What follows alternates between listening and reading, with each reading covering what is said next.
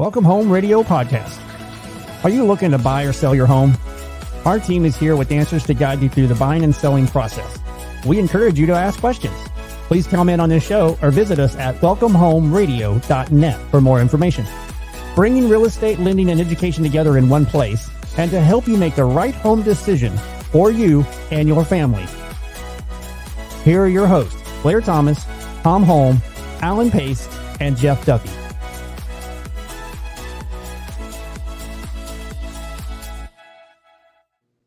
And welcome to Welcome Home Radio, where real estate lending and learning come together. It is June 28th.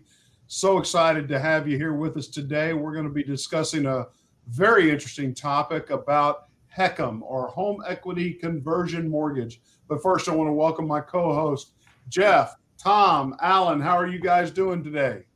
Morning. Good morning. Doing great. Good morning. Good morning. Good morning. Hey, guys, I am so excited about this, finally getting certified on reverse mortgages.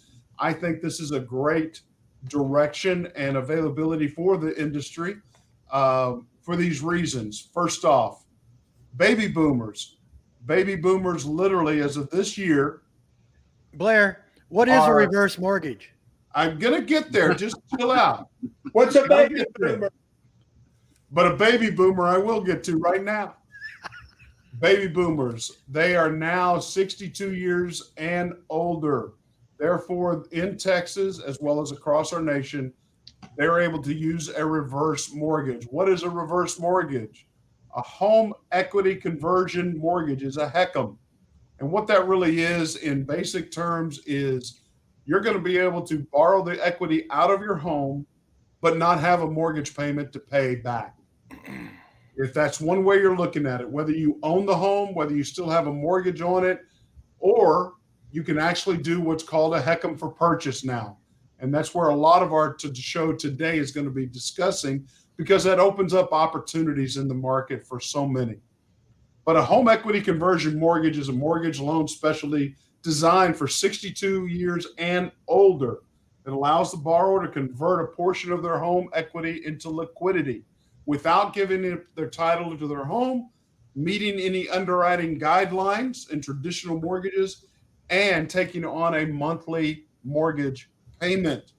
So having no payment penalties, having no mortgage payment, this is a great way to utilize the equity in the home and not losing the home itself and or any opportunity for it to having to be paid back. And so a lot of people in these challenging times, they may want to use their equity but not gain or additional payout of monthly mortgages. This reverse allows that to happen. And initially, reverse mortgages were known very poorly.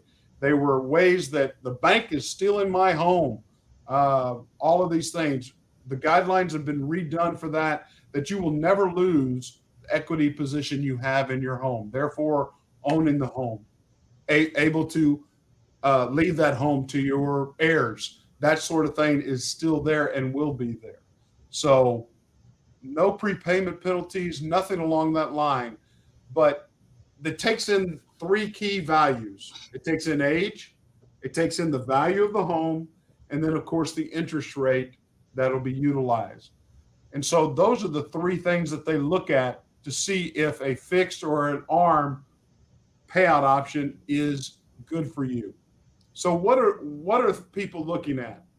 There's two ways to go about this. One, I'm having a tough time every month to get food on the table or making my bills. My cost of living has gone up, whatever, but I'm on a fixed income.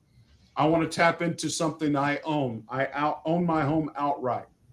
This is me right now in the sense of I have my home paid off.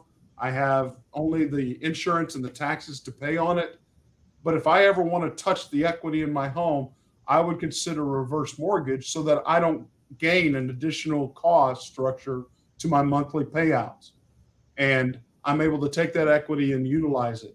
And that can come out in two ways for me. It can come out as a lump sum one-time payment, or it can come out as a lump sum plus monthly payments for X amount of years. I say I want $2,500 a month, And I calculate that, and that's going to give it up to 8 years that you can receive that $2,500 payment per month. These are types of ways to allow these folks to meet their requirements, their cost requirements of life and living conditions without adding a monthly mortgage payment. And so those payments, plus you can gain a line of credit. A lot of times people can set these up and just have a line of credit available that they pull from when they need it and pay back when they don't. Now, they never have to pay it back, but it is a line of credit that you're able to gain and have there for a business reason, for trips, for whatever reason you might want to touch, you can pull that equity in their home. Does this make sense so far? I have a question. Yeah. So let's say I'm, I don't know, 75 years old. I take out, for your example, the 8 years. After 8 years, if I say, hey, you know what? I'm still here. I'm still having a good time enjoying life. Do I extend the current HECM that I'm working with, or would I do another reverse mortgage at that You point? can go what's called a HECM to HECM refinance, and that means you're able to tap into the additional equity your home over that 8 years has grown, if that's what you're able to do, and recalculate that. But yes, you are able to do that and extend, but it all is a recalculation on the equity that's still valued in the home. Normally, a HECM disbursement guidelines is 60% of principal and or mandatory obligations. So mandatory obligations and 10% or 60% of principal is an estimated of what you're able to tap into and utilize. Now, there are costs to those things. There are control. For example, let's say Eddie owns his home outright, principal of $200,000. Closing cost on this loan is $20,000. That means he has an available credit line of $180,000 available to him. Under the fixed rules, he's able to utilize $100,000 and leaves $80,000 in there because you're only able to touch the mandatory obligations plus 10% or 60% of the principal. Under an ARM rule, meaning adjustable, he's able to take out $100,000 with the $80,000 of a line of credit that he's able to take out in the second year or longer or later. So there's just different situations have to be handled differently, but lump sums can be done, or what's called an ARM, where you can receive mandatory monthly payments or annual payments after the second year. So you're able to take out more money on that. So with that example you just stated, that's how that I'm taking out money to benefit me out of the equity, but yet I'm not losing my home and I still have something to leave to my child. That's right. Which is a big concern. If it's your money, is it taxable when you get it? No. Good. No. You would have already paid taxes on it when you paid that out, correct? Okay. So what, It falls under the rule of you taking equity out of your house that we're allowed to if you've owned it for 2 years. It falls under that rule as far as accessing your equity in your house is never taxable. good. I'm sorry, ask that question one more time, please. He was asking about accessing the equity in your house. Equity in your house not only is not taxable when you access your equity in your house, also it will not count towards or count against your Social Security, Medicare, Medicaid benefits. Yes. Okay. Yep. Good. I just wanted to hear it as it related to the reverse mortgage. It's the same thing then, and that's cool. Now, the one that I really want to get excited about, because I want to discuss and I want to hear your thoughts on it, I think is going to benefit, and why I did this and focused on this is really for HECM for purchase. Right now in the market, there are people out there that are just like me. They own their home. They should have been moving to right size, downsize, whatever the terminology you want to use, because I don't need all the space I have. But because where I would have wanted to move would have cost more money, another mortgage to me or whatever, I didn't want to move. I stood still. I'm staying put. But now under the HECM for purchase, I'm able to sell my property. This for round numbers. Let's just say 500,000. I want to buy a $500,000 home, but I'm only going to have to put down 275 on that home and never have a monthly mortgage. This new home's going to be low maintenance, low maintaining. I don't have to go up and down stairs. It's a 1-story. All of these positive things for me to move out of my home now to move into another, but I'm only going to have to put 275 down and I never have a monthly mortgage payment. That's enticing for me to sell my home, maintain some of that liquidity out of that purchase, and buy a new home, a more up-to-date home, and not have a monthly mortgage payment. This is a brand new program that comes around that you're able to use a reverse mortgage for a purchase. And here in Texas, both parties have to be 62 or older to utilize this program. But it does entice somebody like me to move and sell my home and go into another home. Does that make sense? Yeah, I'll guarantee you 85, 90% of the general public has no clue that that's a possibility. Well, that's why we're doing it, isn't it? Well, and that's the point. To the point. Oh. Yeah, I that's something to talk about. Baby boomers are still a big portion of the population, and getting older, getting sicker, living longer though, and I would say healthier at the same time. So, that $275,000 to a new home with no maintenance, 1-story, maybe with a little handicap help, that kind of thing in it, very attractive. That's a great point, Blair. I mean, you're still going to require insurance. You're still going to require taxes to be paid and maintained. But the bottom line is I'm not having a mortgage payment, and I'm able to buy that new home, and I'm able to maintain some of the cash from the sale of the departure home. So it's a great relocation. As I said, downsizing or right sizing, upscaling. This also can be used for divorces where, hey, in later years, they finally the D word. They can't live together anymore. But this allows them to purchase a home and not have to gain a payment. Here's a basic table, HECM for purchase. And these are basic purchase price amounts, ages, and then I'm going to tell you how much they have to come to the table on, okay? So this gives you an idea.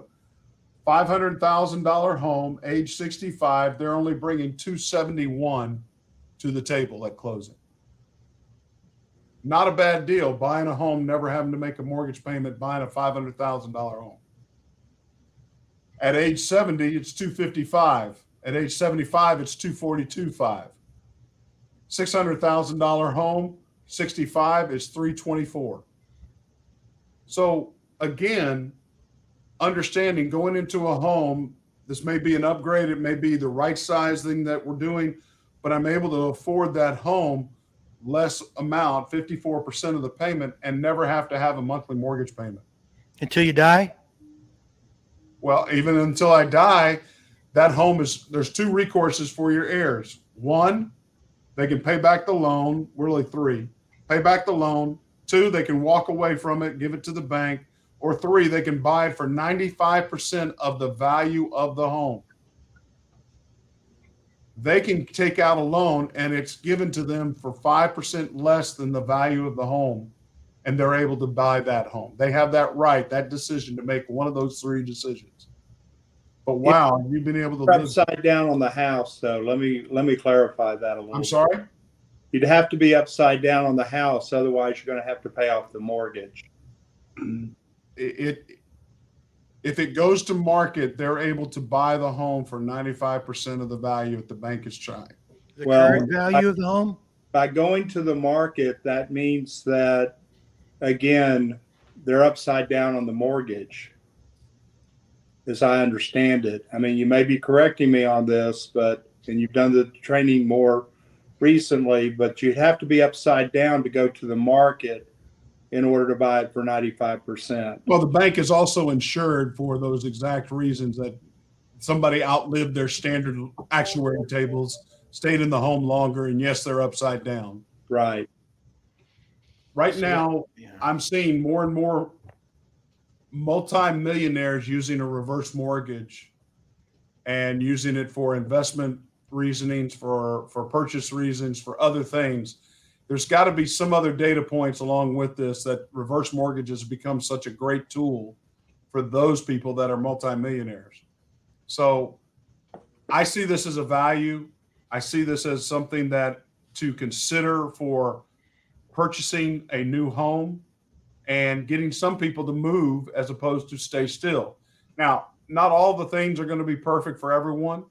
And yes, you know, if your wife is an accountant like mine is, she goes, no, I want to leave the home to our kids, and it's paid off, and we want, okay, I'll fight that battle later. But the bottom line of it is, I think this is a great tool for the market today, and especially for the baby boomers that, hey, I might need to move. Maybe I want to go buy that lake house, or I want to go buy into one of those 55 and over active living conditions and able to buy, but I don't want a mortgage there. I'm going to be on a fixed income. Yeah, I mean, they're all good points. And, you know, if you're like you said, the multi-millionaire, you know, gazillionaire folks, it's probably a smaller piece of their pie, and it's just another shift in how they handle their money. Where if you're an average person and it's your primary wealth, which generally a paid off home is a significant amount of an average person's wealth, then a lot of this information coming out today is going to be helpful to them, because nobody knows about it. I'm sure the multimillionaire people have a big head start. They've been, you know, they've got people that do this for them and stuff. But for the average person, this is a perfect show to hear the things that those folks have probably known for a while. And I think a lot of people just have seen it on a commercial somewhere along the line. They don't really know what it means. They've heard of it. They don't understand it. And they certainly don't know about, if you're 65, you pay, you know, $280,000 for a $500,000 house or whatever. Nobody knows that. So good information. Well, and it's unfortunate that Dave Ramsey has been so negative on reverse mortgages, and so many people do listen to him on financial issues. But the reverse mortgage program initially, and Tom, you probably know a little bit more about it back then, it was a scheme of sorts. It took advantage. Now the program is not, you're not able to be taken advantage of as easily. And understanding the program, it's of value to the borrower. So I think the one thing to gather from that, when you're talking about most using this product and program are millionaires. They're a millionaire for a reason. They know how to use their money, know how to work their money. So if they're able, you know, let's take a key or a clue from those who we can learn from in that sense. Well, it's just like I think of that. It's just our recent show about rent versus buy. You want to be asking questions, and everyone should be teachable. Everyone should be, even myself, looking at things. I want to look at every option available. I can get my wife to talk to me about it, but she is very heartfelt on maintaining that wealth since the home is paid off. And Alan, to your point, paid off homes our home values, equity in the home makes up generally 75% of your wealth. Yeah, and that goes to the part about when you're playing around with that amount versus, you know, maybe a 10th or a 1/20th of what you own. There's a different logic there. And to Jeff's point, that's how they got there. Of course, they're ahead of the game, or they're more disciplined, or they've, you know, had better parents in life and got them going the right direction, or they've studied hard. They worked their plan. They had a plan and they worked it. But most people's, that's why I like this information going out. It's what people are not aware of. And I think you're right too, to the point of early reverse mortgages. Some of them were difficult. I know a Vietnam veteran who went through it, and he died in his home. And there were some issues along the way, stressful, but it's good to hear somebody like you telling everybody that that's changed. Things are better. And we're doing it for all the right reasons. We're doing it correctly. And you can very well benefit from these programs. Just go out, get some information, talk to somebody who knows about them right here at welcomehomeradio.net and learn what it can do for you. And if it's not for you, go the other way.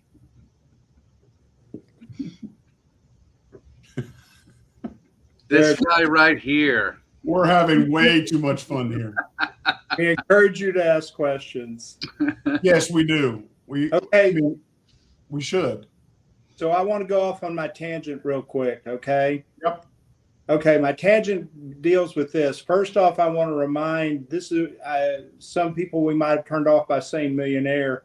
If you're that $500,000 example, $400,000 example, the one that Blair just gave you with 250, 270, 280 down, depending on your age, yada, yada. Obviously, the older you are, the less you have to put down. But when you put that money down, that other $250,000, if you put down $250 on the new house and have no mortgage, that other $250,000, again, I want to emphasize to our listeners, is tax-free. You do not owe taxes on it. You do not get that option to do that with any other type of investment you've made. And that is the huge, huge walk away for our listeners that are in this situation to say, you know, I'd like to do some little traveling while I still can. I'd like to go up to WinStar Casino on the bus and play, up there on Wednesday afternoons, and that's the WinStar.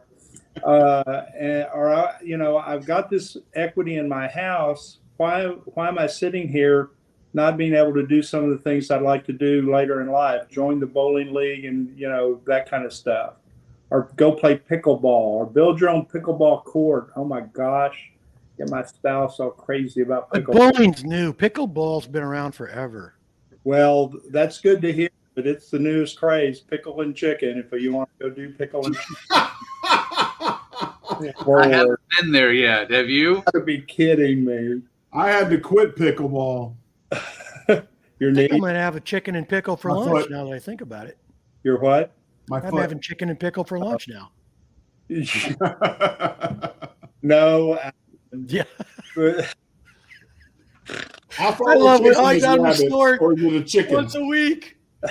I knew if I got involved with this, it would go down the hill. But the second piece of my tangent, I want to stress to our listeners, do not own real estate. And this doesn't matter if you got a reverse mortgage or not. And this is what Alan expressed just a few minutes ago. I hear people say, well, I had a bad deal with a reverse mortgage and yada, yada, yada. And my first question out of my mouth is, did your parents have a will? And the answer is eternally, when they have problems, no. And that exists for every type of real estate you own. I had one of my students this week in my class and complaining about her mom passing away and all the siblings are fighting about this piece of land. And I'm just like, it is unconscionable to me to own real estate and not tell what you want to do with that property after you're not here. And I don't believe any of us are eternal in this group as far as that goes, or anybody that I've ever known in my lifetime. It's just not fair to go along and have real estate.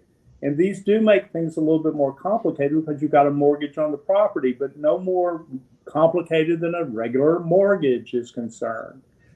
So getting that out, I always want to emphasize, please, please, please, as a matter of course, whether it's a reverse mortgage or otherwise, you need to have a will. And then the last thing I wanted to also talk about was the money and the protection. This is what Blair brought up. I want to leave this legacy to my kids. I want to leave all this money to my kids, yada, yada, yada. And I'm like, no, I gave them an education. I paid for their education. And as a result, just like my mom, once I paid for your education, Tommy, don't come back. Except maybe at Thanksgiving and Christmas, maybe. Not with that other girlfriend, though, you knew from college. Please don't bring her. But anyway, I hear all those voices going. I hear a lot of TMI going on here. Anybody else? Speaking about a will. It was a flashback. I'm sorry. Oh, I hope you got a will, brother. Oh, When do man, you go see your therapist? be quiet. I know. Having technical problems, folks. We'll be right back. It says let it go, but the idea here is that, you know, my kids to think that they want to move back into my house is crazy. I know that you know, we always think, well, you know, our kids want to come back to the house they were raised in. My kids have life in, you know, in Cleveland, Ohio, and in Cleveland, South Carolina. They're not uprooting their family to come back here, so they're just going to dispense with the house as they would with any other will type situation. And I approached my younger son and said about 4 or 5 Thanksgivings ago, I'm thinking about getting a reverse mortgage. I was explaining to him how they work, and I could tell he just wasn't listening. So I turned to him, grabbed him by the shoulder, said, Chris, listen to me, man. You know, the first 17 years of your life, I drove you around, we took you out, we fed you, you know, we had good times together, and we went to events together. I'm thinking, and then the first 3 or 4 years of your life, I changed your diapers. So what I'm thinking about is moving in with you the last 17 years of your life, and then the last 3 or 4 years of my life, you can change my diapers. And he said, Dad, whatever that reverse mortgage thing is, go ahead and do it. That's just fine with me. If it's not going to have you moving in, me changing your diapers. You got his attention. I got his attention. And so When you say diapers, you get everybody's attention. You know, Right to be now, fair, in I'm today's changing world, there's a Yeah. lot of stop it. a lot of kids have moved in with their parents. It's happening. And they're not talking necessarily about reverse mortgages as the reason to not do it or do it. But that's a great point. The way we came up, you're 18, you're going to stay here, you're paying rent or get out. And I remember the days, you know, I was out at 17 when I got out of high school. So that's how it works. But today it's a little different, just to be real. But yeah, I love your example, Tom. That's the ideal situation. Raise your kids and they get out and you do what you want with your money because it is your money. It ain't theirs. Well, Yeah, wait. Tom seems to have grown up in a Latin family because Latins always have more kids because that's their investment for the future. They're going to live with each child down the line somewhere. There you go. I understand. But of course, my kids are saying there's no way, Jose, to move in, Bevis. So you go find your own situation. Well, I'll tell you what my uncle Ricky Ricardo told me when I was growing up. And I can believe that, to be honest with You you. put the lime in the coconut and you shake it all up. Not really Ricky, but still, okay, close enough. Well, I hope we've shared some good information that at least you can ask us some more questions at welcomehomeradio.net. Find us there, like us, share us. Guys, this is so important that this program is out there available for those that are 55 in so many states, but here in Texas, 62, that this opportunity is there for them to make some changes to their life that would be positive in so many ways. So just track that information down, talk to us, find us. I'm very excited to be able to offer this to my clients just for the fact that, hey, it is a benefit now to where it's not taking advantage. There is insurance backing the lender so that they will get their money ultimately, but that your heirs can still benefit from this as well. So any other thoughts, more comments, questions? Well, can I share one last story? I know we Sure. like stories. Last story. Here we That's go. what happened at Thanksgiving? Yeah, no, this was after When you that. brought your girlfriend that mom didn't want?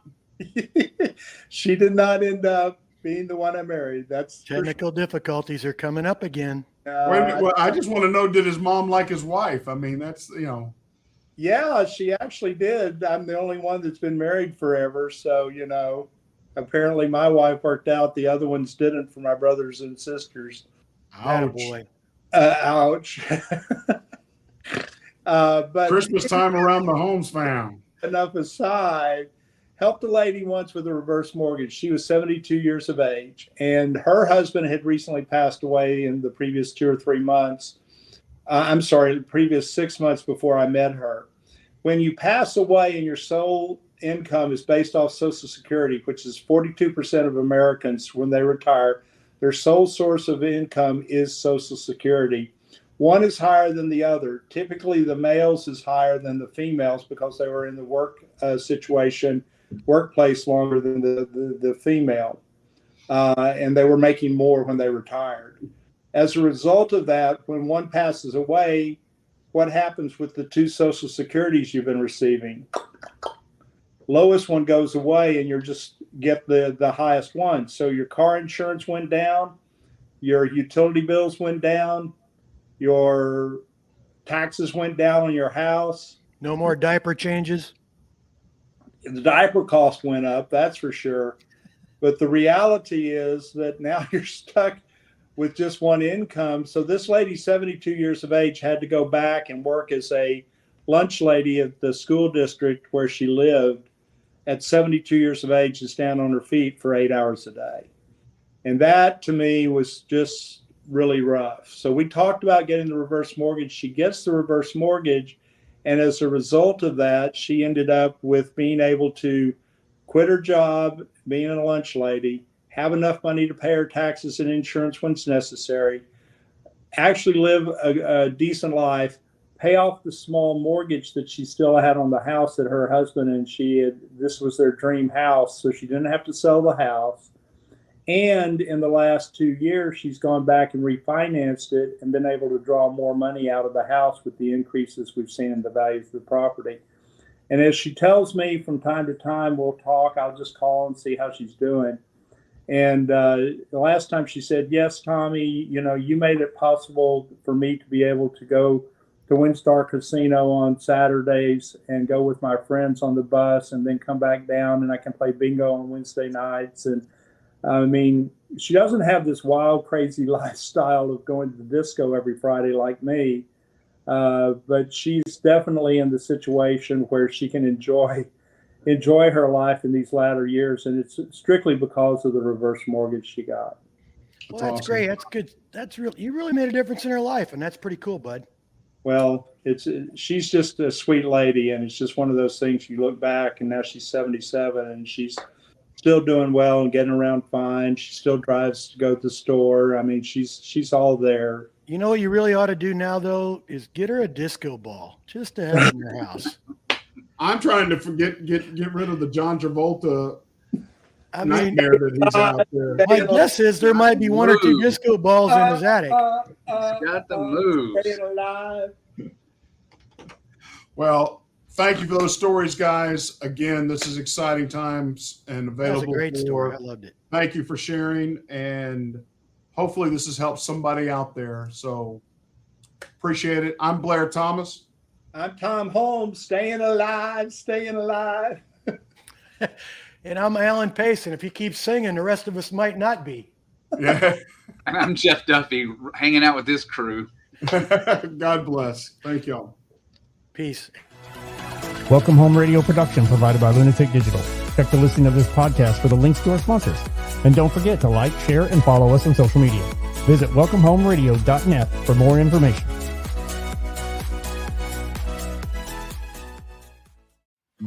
This was a Lunatic Digital production. Visit lunaticdigital.com for all your digital needs.